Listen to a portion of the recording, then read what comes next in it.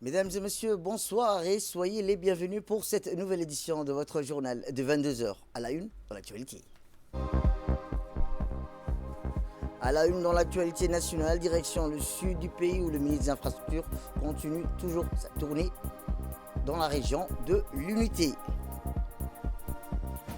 Toujours dans l'actualité nationale où s'est clôturée la clôture de session de formation sur les bonnes pratiques en archives. Et enfin, dans l'actualité internationale, direction le Proche-Orient où un nettoyage ethnique dans la bande de Gaza. La situation humanitaire s'effondre, où nous verrons en fin de journal. C'était le titre. Merci si vous nous rejoignez. Eh bien, je vous le disais dans le titre, je vous emmène direction dans le nord du pays, poursuivant sa tournée dans les régions les plus reculées du pays. Le ministre de la Santé, Dr Ahmed Roble Abdillah, s'est rendu dans le village d'Assassan, en périphérie du chef-lieu d'Obok, après une première étape à Korangar, accueillie avec chaleur et ferveur par une population mobilisée. La délégation ministérielle a été reçue par les plus hautes autorités locales, dont le préfet, le vice-président du conseil régional, le sous-préfet, le médecin-chef de la région, ainsi que des représentants des forces militaires, des chefs coutumiers et des autorités religieuses.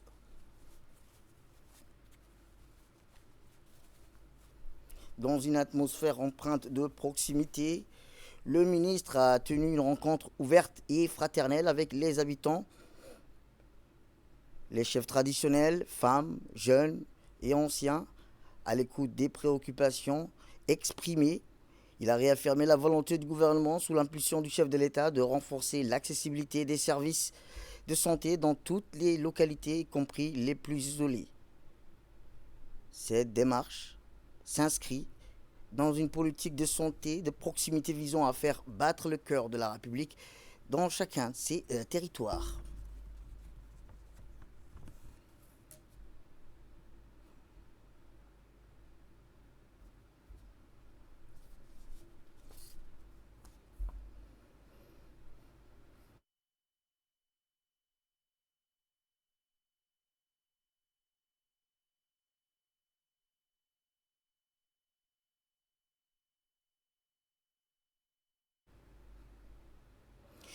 Eh bien, lors de sa tournée dans les régions de l'intérieur, le ministre de la Santé a exprimé sa gratitude envers l'accueil chaleureux que lui ont réservé les habitants de la localité d'Assassan, située dans la région d'Obok. Je vous transmets les salutations que je porte de la part du président de la République, son Excellence Ismaël Mergueli, ainsi que de la première dame du pays, Mme Khadra Mohamed Haïd. Ces salutations sont très chaleureuses, veuillez les recevoir avec considération.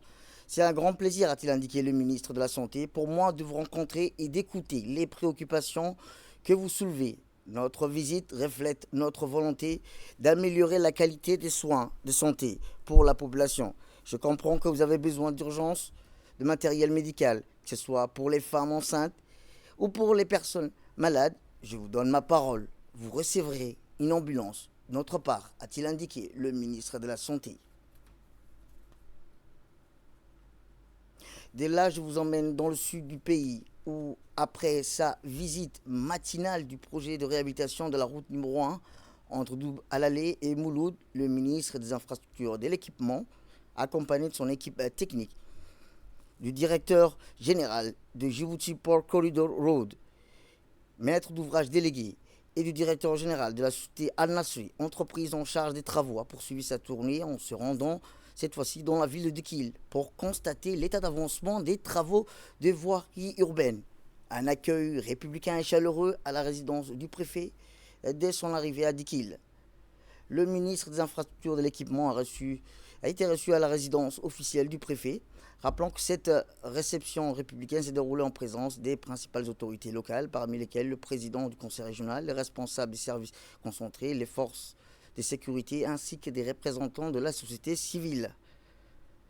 Cette rencontre a permis de poser les bases d'un dialogue direct avec les acteurs locaux sur l'état des infrastructures dans la région. Le préfet a salué la présence du ministre, qu'il a qualifié de signe fort de l'engagement de l'État en faveur du développement équilibré des territoires.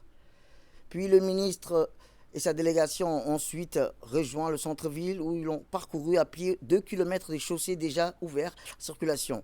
Rappelons que ces tronçons comprenaient 2 voies en bitume une voie en pierre taillée et plusieurs ralentisseurs, ainsi qu'un marquage au sol finalisé.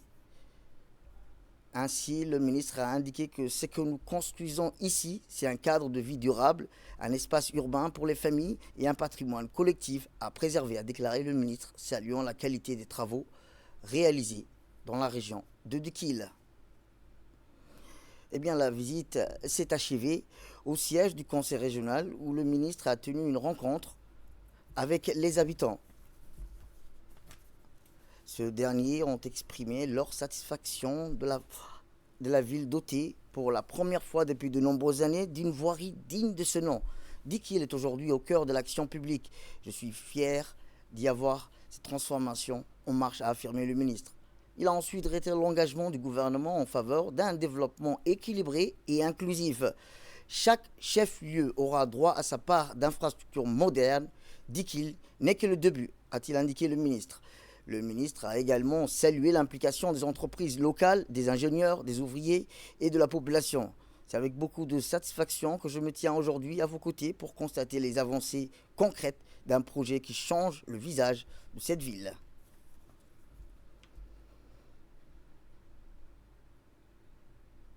Eh bien, le préfet de Dikil a indiqué que cette visite du ministre est une mission officielle au cours de laquelle il vient inspecter les travaux routiers en cours dans la région de Dikil.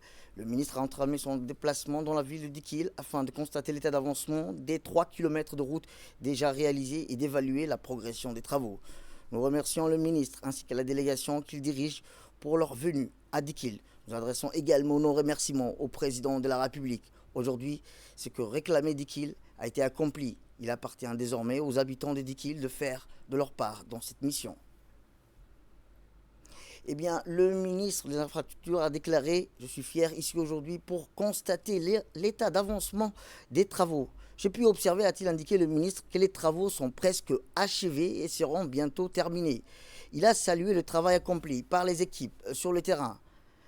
Le ministre a également souligné que le développement des infrastructures constitue une priorité majeure dans la politique du président de la République. La réalisation de cette route répond d'ailleurs à une demande forte de la population locale. Pour conclure, le ministre a appelé les citoyens à prendre soin de cette infrastructure une fois livrée. La population doit être consciente de l'importance de protéger et de bien entretenir cette route pour garantir sa durabilité, a conclu le ministre des Infrastructures. Retour à Djibouti, où la commune de Balbala a lancé hier matin dans la salle de spectacle du complexe Al-Rahma un projet baptisé Balbala en action. Une initiative ambitieuse visant à transformer la commune de Balbala en seulement 45 jours sous le patronage de son Excellence, Monsieur le ministre chargé de la décentralisation, Monsieur Qasim Haroum Ali. Ce projet innovant qui a été lancé mobilisera le projet société civile, les autorités locales ainsi que des partenaires privés et publics afin d'améliorer la qualité de vie, l'embellissement de ces environnements urbains. Les activités prévues incluent la rénovation des espaces publics, la mise en place d'infrastructures vertes, l'organisation d'événements communautaires et des campagnes de sensibilisation à la citoyenneté dans le cadre des festivités de la célébration du 48e anniversaire de notre indépendance nationale. L'événement qui a réuni des partenaires clés du développement dont la représentante de l'ONG italienne SIFA, principal partenaire de cette initiative, le sous-préfet de la 4e arrondissement, la sous-préfète du 5e arrondissement, l'honorable Souleymane Daher, des élus locaux issus du conseil communal de Balbala ainsi qu'une foule des hommes et des femmes issus de la société civile. La cérémonie s'est tenue dans une ambiance très vive, marquée par les interventions de plusieurs intervenants symbolisant l'enthousiasme et l'espoir suscités par cette initiative noble initiée par la commune de Balbala.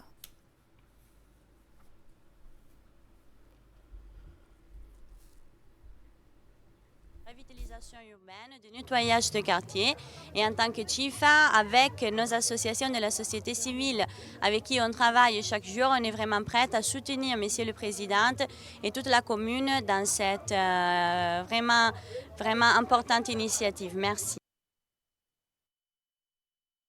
Chargé de la décentralisation, M. Qasim Haroum Ali a indiqué que dans son intervention que le projet Balbala en action est une ambition dynamique qui ne saurait être portée sans une structure solide et un accompagnement, a-t-il indiqué le ministre, stratégique. Je vous propose de suivre un extrait de son discours.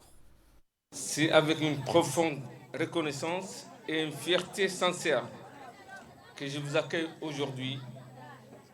Bienvenue à toutes et à tous, autorités locales, associations civiles, citoyennes, engagées, qui incarnent l'énergie d'une Djibouti qui agit, qui façonne son avenir et qui refuse de rester dans l'attente. Aujourd'hui, ce rassemblement dépasse le simple annonce d'un projet. Et ce que je viens d'entendre aussi, tous les programmes, c'est un programme ambitieux. C'est un appel, une démonstration de ce que nous sommes capables d'accomplir aujourd'hui.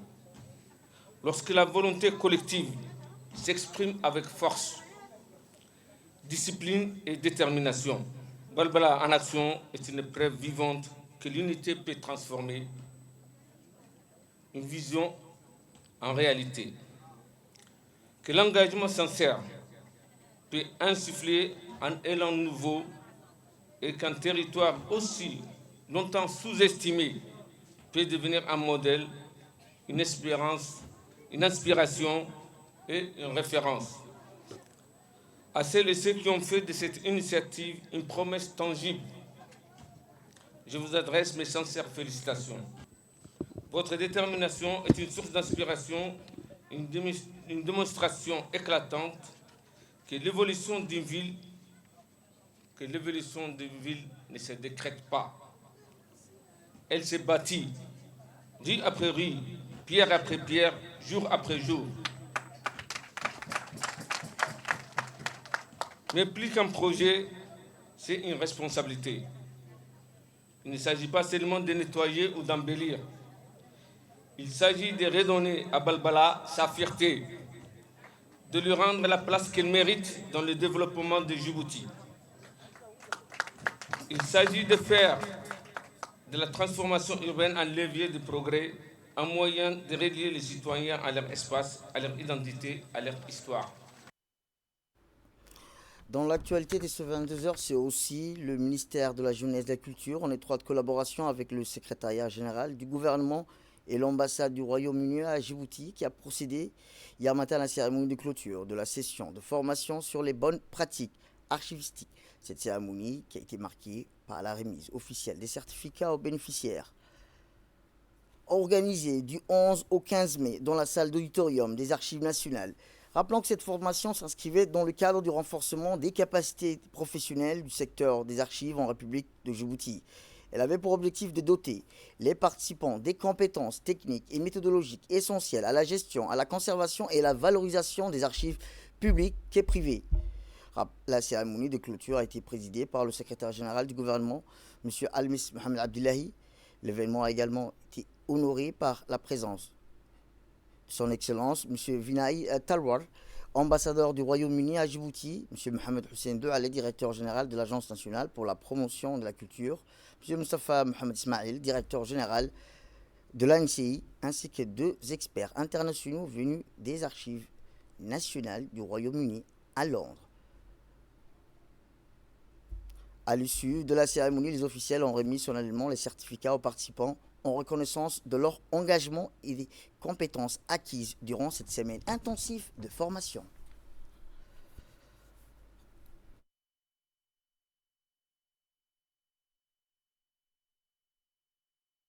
Les défis de la préservation des documents dans la chaleur et l'humidité de Djibouti, mais aussi comment vous utilisez la lumière du soleil comme moyen de stériliser les documents.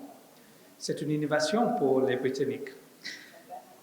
Cela a été fascinant pour eux et j'espère fascinant pour vous. Eh bien, le ministère de la Jeunesse et de la Culture adresse ses vifs remerciements à l'ensemble de ses partenaires institutionnels ainsi qu'aux experts internationaux pour leur soutien constant et leur engagement à promouvoir les pratiques archivistiques ainsi que leur engagement et moderne au service du développement administratif et culturel de la République du Djibouti. Écoutons le directeur général de la NPC. Durant 4 jours, notre auditorium a été le théâtre d'un dialogue fécond entre institutions publiques djiboutiennes et britanniques, entre archivistes et informaticiens, entre professionnels de la mémoire et de la technologie. Ce fut une semaine exceptionnelle qui a permis à chacune d'entre nous de revisiter nos pratiques, d'ouvrir nos horizons et de mesurer l'ampleur des défis liés à la gestion et à la numérisation des archives dans un monde en constante évolution. Nous avons été honorés d'accueillir des experts de renom, notamment M. Steve Daly, qui nous a offert un aperçu stimulant sur des projets internationaux réussis de numérisation d'archives, et Dr Juliette Desplat, des Archives nationales britanniques, dont l'intervention sur le fonds relatif à Djibouti pendant la Seconde Guerre mondiale a non seulement nourri notre réflexion, le secrétariat général du gouvernement et l'ambassade du Royaume-Uni à Djibouti qui ont conjointement porté cette initiative. Grâce à leur engagement, nous avons pu créer un espace propice à l'échange d'expériences, au partage de compétences et à la construction de ponts durables entre nos deux pays. Pour plus de précision, écoutons à présent le secrétaire général du gouvernement, M. Almis Mohamed Abdillahi. Monsieur, moi je voulais d'abord aussi vous féliciter parce que j'ai vu l'engagement qui était le vôtre. Plus de 100 personnes étaient là lors de l'ouverture.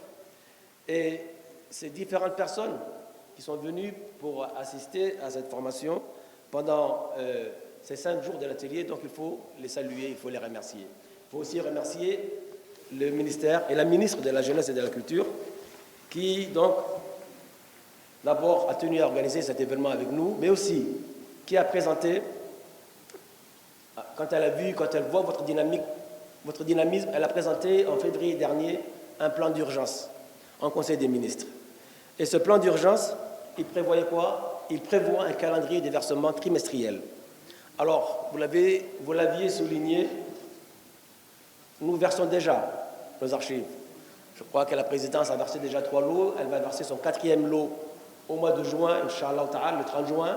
Mais aussi l'Assemblée nationale qui versera son 2e lot. Et de nombreuses autres institutions vont verser maintenant chacun leur lot. Nous avons donc un calendrier trimestriel qui permettra à ce que toutes les institutions puissent verser leur lot d'archives définitives à l'agence, à la BAN.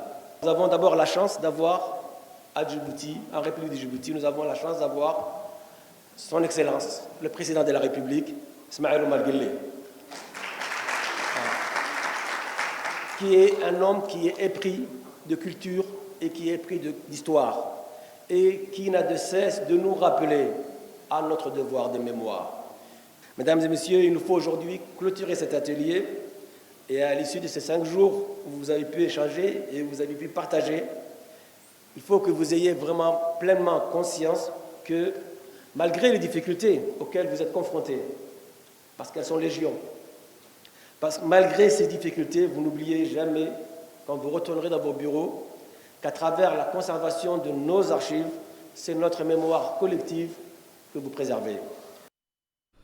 Eh bien, notre équipe sur place a pu recueillir quelques réactions des participants. Écoutons-les. Liwan Ali Terbouh, je suis chef des services techniques à l'Agence nationale des systèmes d'information de l'État. Et aujourd'hui, j'ai eu le plaisir de clôturer la semaine de formation qui s'est déroulée du 11 au 15 mai 2025 sur la pratique archivistique faite dispensée en collaboration par le secrétariat général du gouvernement et le ministère de la Jeunesse et de la Culture. Cette formation a été dispensée avec des experts de la Royaume-Uni et plus précisément avec l'Archive nationale de la Royaume-Uni. Et c'était une semaine enrichissante en partage, en savoir et savoir-faire, sur lesquels on avait exposé non seulement nos réalisations dans le cadre du programme national de modernisation de l'archive, préservation de la mémoire de l'État. Les experts nous ont dispensé et nous ont fait une démonstration sur leurs pratiques, non seulement le processus, les interactions et leur fonctionnement, mais aussi ils nous ont introduit vers la digitalisation, la numérisation, pour appréhender les défis technologiques et être plus prêt pour relever la transformation digitale de l'administration publique. Éducation cette fois-ci, où le mouvement des éclaireurs de Djibouti qui a été lancé plutôt récemment par l'Association pour la promotion de l'éducation physique et du sport, sous son acronyme l'APPS, poursuit son engagement en faveur du civisme et du patriotisme. C'est ainsi que le Centre de formation de l'éducation nationale et le Collège de Fukuzawa ont organisé une session de formation destinée à renforcer les compétences des jeunes éclaireurs. La formation vise à inculquer les valeurs fondamentales du bénévolat et du civisme et du patriotisme, tout en l'expliquant le fonctionnement de l'organisation structurée de manière interactive. Elle a débuté par des présentations suivies d'un atelier participatif. Les jeunes ont échangé sur l'importance du volontariat et imaginé des projets communautaires lors d'un brainstorming en groupe, conçu pour favoriser l'engagement de cette session qui a permis aux éclaireurs d'approfondir leur rôle au sein de la société. Les formateurs ont insisté sur l'application pratique des valeurs discutées, encourageant les participants à les intégrer dans leur quotidien. La formation s'est achevée par un rappel des notions essentielles soulignant l'importance de l'engagement citoyen.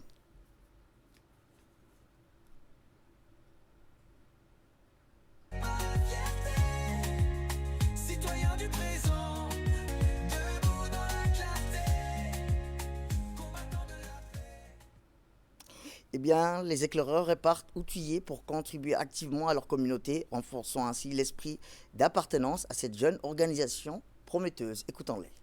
Assalamu alaikum, je m'appelle Férouz Mohamed Haloita, je suis élève au lycée d'État et après notre regroupement à l'école d'excellence, aujourd'hui nous nous retrouvons avec nos amis éclaireurs pour la formation des jeunes éclaireurs qui a pour objectif de former les élèves et les jeunes responsables en intégrant les valeurs de bénévolat, de civisme et du patriotisme. Merci. L'Institut islamique de Djibouti a organisé jeudi soir une cérémonie de remise des diplômes pour la 5e promotion des étudiants des départements universitaires et la 44e promotion des élèves du cycle général. Cette cérémonie s'est tenue au Palais du Peuple dans une ambiance festive et solennelle. La cérémonie s'est déroulée en présence de l'ambassadeur du serviteur de 200 mosquées en République de Djibouti, M. Faisal Sultan Al-Qabani, et Dr Hateb Ben Fattah, doyen de l'Institut islamique, ainsi que de plusieurs chefs de service et attachés de l'ambassade du Royaume d'Arabie Saoudite, en plus d'un grand nombre de membres du corps professoral. Le programme a été enrichi par des prestations étudiantes variées, dont le défilé des diplômés, qui a reflété un profond sentiment de fierté et d'appartenance à cette prestigieuse institution académique. Fondé en 1981, l'Institut islamique de Djibouti a pour mission principale de promouvoir les valeurs de modération, d'équilibre, de coexistence pacifique, conformément aux aspirations des familles djiboutiennes. Depuis sa création, il a joué un rôle essentiel dans l'enseignement des sciences religieuses, de la langue arabe, contribuant ainsi à la formation d'une génération consciente et active dans le développement de la société djiboutienne. Dans son discours, le doyen de l'Institut, Dr Hateb Ben Fattah, a indiqué que nous célébrons la remise des diplômés de la 5e promotion de département universitaire et de la 44e promotion du cycle général. L'Institut est fier de proposer des programmes, a-t-il indiqué, académiques solides au service de plus de 1200 étudiants répartis en 3 départements universitaires, le département de la charia, le département de la langue arabe et le département de la gestion des affaires, en plus du cycle général qui comprend les niveaux intérimaires. Chers étudiants, a-t-il indiqué, nous célébrons aujourd'hui la fin d'une étape importante de votre parcours éducatif. Une nouvelle étape s'ouvre à vous, marquée par l'engagement, le développement et la contribution à la construction de l'élévation de votre pays. L'Institut restera toujours votre maison, honoré de votre appartenance et heureux de vous accueillir à tout moment. Dans un discours prononcé par le vice-recteur aux affaires éducatives, le vice-recteur, Dr Abdulrahman bin Abdulrahman Al-Asmi, lors de la cérémonie, déclaré que, par la grâce de Dieu, puis grâce au soutien généreux du gouvernement, Sa Majesté le gardien de 200 mosquées, j'ai l'honneur de participer aujourd'hui à la cérémonie de remise de cette promotion de l'Institut islamique en République de Djibouti. Je vous transmets, a-t-il dit, les salutations du président de l'université, professeur Ahmed Ben Salam, ainsi que celle de l'ensemble des membres de notre prestigieuse université, l'université Imam Mohamed Ibn Saoud, qui a formé, depuis sa fondation, plus de 463 000 étudiants et étudiantes issus des différents pays du monde. L'université a enregistré une performance notable dans le classement mondial de Times Higher Education pour l'année 2024, en se classant parmi les établissements figurant dans la tranche de 401 à 500. À l'échelle internationale, elle compte 15 facultés, 10 instituts, dont 7 situés à l'étranger dans plusieurs pays, a-t-il indiqué. Eh bien, le moment historique à l'Institut islamique de Djibouti, c'était le moment qu'a vécu l'Institut islamique de Djibouti à l'occasion de la cérémonie de remise des diplômes marquant la fin du parcours académique de la 5e promotion du département universitaire et de la 44e promotion de l'enseignement général. Dans une atmosphère chargée d'émotion et de fierté, les diplômés ont été chaleureusement félicités par leurs familles, leurs professeurs, les responsables de l'établissement. Des cadeaux symboliques leur ont été remis en reconnaissance de leur effort et de leur persévérance tout au long de leur formation. La cérémonie s'est terminée par une prise de photos, souvenir immortalisant ce moment historique dans la mémoire collective de l'Institut et de ses diplômés.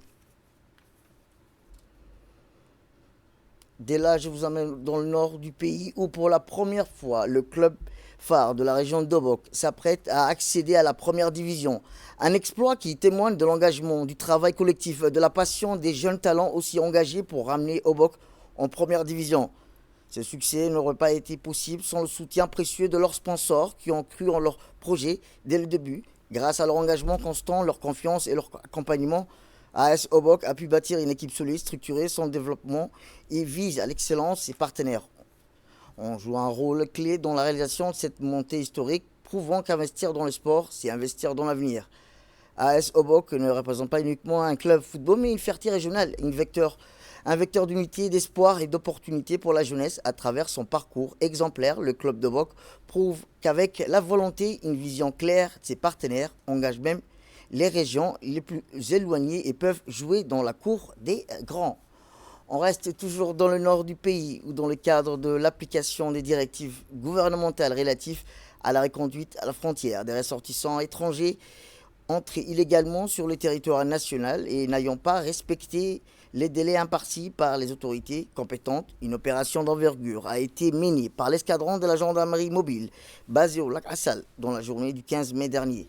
Cette opération de ratissage qui s'est étendue jusqu'au secteur de Tafari a permis l'interpellation de 112 personnes. Conformément aux principes humanitaires et au respect des droits fondamentaux, l'ensemble des personnes interpellées ont été conduites au poste de commandement du lac Assal où ils ont bénéficié d'une assistance et en eau potable, en nourriture et en soins médicaux dispensés par les infirmiers de la gendarmerie. À l'issue des contrôles et des formalités nécessaires, leur conduite à la frontière a été effectuée à bord des moyens roulants de l'institution dans le strict respect des procédures en vigueur.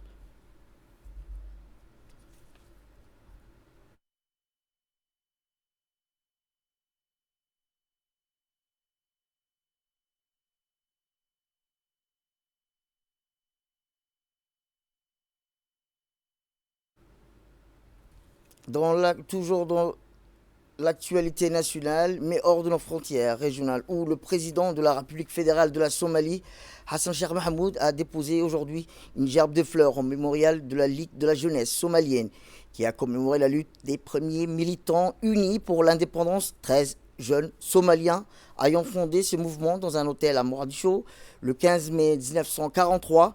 Après la cérémonie de dépôt de la gerbe, le président Mohamud s'est rendu à l'hôtel Royal Palace, où une grande célébration a été organisée à l'occasion de la journée de la jeunesse somalienne. Selon notre correspondant de la radio-télévision de Djibouti, plusieurs ministres ainsi que le chef de la police nationale et d'autres responsables ainsi qu'un large public des jeunes ont pris part à cet événement. Dans son discours prononcé lors de la cérémonie, le président somalien a mis en lumière le rôle pionnier et déterminant joué par ces 13 jeunes dans la lutte pour l'indépendance. Il a également saisi cette occasion pour échanger avec la jeunesse de son pays, à s'engager dans les efforts de reconstruction nationale, à contribuer au processus de développement, à participer à la vie électorale et à jouer un rôle actif dans la lutte contre les résidus de l'extrémisme et du terrorisme. Rappelons qu'il vient de noter que la contribution de ces jeunes demeure vivace dans la mémoire nationale 82 ans après. Ils ont fondé le tout premier parti politique de l'histoire du pays et ont un impact considérable dans le processus de libération et de construction de l'État somalien. Dans l'actualité internationale, direction le Proche-Orient où, 60e jour de la prise de l'agression et la contre Gaza, le ministère de la Santé a annoncé la mort de plus de 250 Palestiniens en seulement 2 jours, soulignant que le territoire est le théâtre de l'un des pires massacres de nettoyage ethnique jamais vus. Selon des sources médicales, les premières heures de l'aube ont été marquées par la découverte de plus de 100 martyrs et disparus à la suite des frappes israéliennes visant des habitants de Beit Lahia et dans le camp de Jabalia au nord de la bande de Gaza. Le porte-parole de l'hôpital des martyrs a déclaré que la situation dans la bande de Gaza est véritablement catastrophique en insistant sur l'incapacité des établissements de santé à prodiguer des soins en raison d'un manque total de médicaments. C'est la fin de cette édition. Merci à vous de nous avoir suivis. Restez avec nous pour la suite de notre programme télévisé. Le programme continue sur Télé Djibouti. Restez avec nous.